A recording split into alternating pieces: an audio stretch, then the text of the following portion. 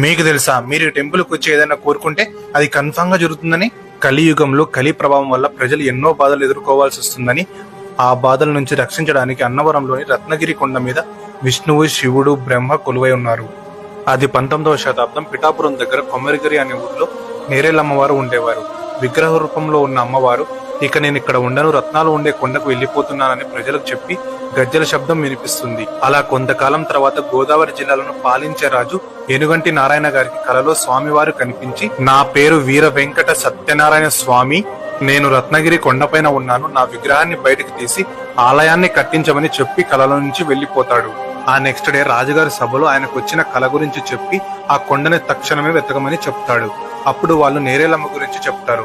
అప్పుడు ఆయన నేరేలమ్మ కోసం వెతకడం స్టార్ట్ చేస్తారు. అప్పుడు ఒక కొండ కింద వాళ్ళకి నేరేలమ్మ విగ్రహం కనిపిస్తుంది.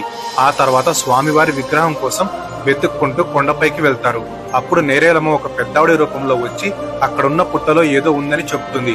అప్పుడు వాళ్ళు పుట్టలో వెళ్లి చూస్తే వీర వెంకట సత్యనారాయణ స్వామి వారి విగ్రహం అయితే బయటపడుతుంది. ఆ విగ్రహాన్ని బయటకు తీసి కొండపైన ఆలయాన్ని నిర్మిస్తారు. ప్రపంచంలో ఎక్కడ లేని విధంగా విష్ణువు, శివుడు, బ్రహ్మను ప్రతిష్ఠిస్తారు.